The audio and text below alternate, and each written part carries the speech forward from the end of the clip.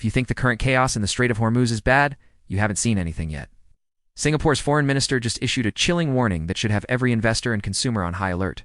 He says the blockade and conflict we're seeing in the Middle East right now is just a dry run for what happens if the US and China clash in the Pacific. Let me explain why this matters to your wallet and your future. Right now, the closure of the Strait of Hormuz has sent Brent crude past $120 a barrel, disrupting 20% of the world's oil. Feels like a crisis, but in the grand scheme of global power, it is a local event.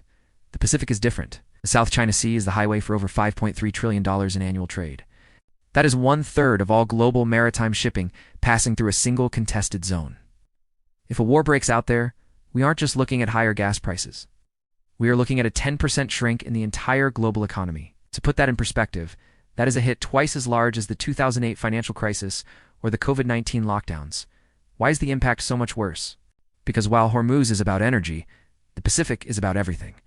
Nearly 90% of the world's advanced semiconductors, the brains inside your phone, your car, and the AI systems running our world pass through these waters. If the supply chain in the Taiwan Strait or the South China Sea goes dark, the digital age effectively grinds to a halt. Furthermore, Singapore sits on the Strait of Malacca, a choke point only 2 nautical miles wide at its narrowest. This is the lifeline for the world's 3 largest industrial powerhouses: China, Japan, and South Korea. If this artery is severed, those nations lose 70% of their energy supply and their primary route to global markets overnight. The foreign minister's warning isn't just about ships and missiles. It's a message that the global trade system we've relied on for 80 years is more fragile than we ever realized. As the US and China continue to test each other's boundaries, the risk of a price shock is being replaced by the risk of systemic collapse. The powers that be are already moving their pieces, preparing for a world where the Pacific is no longer an open highway.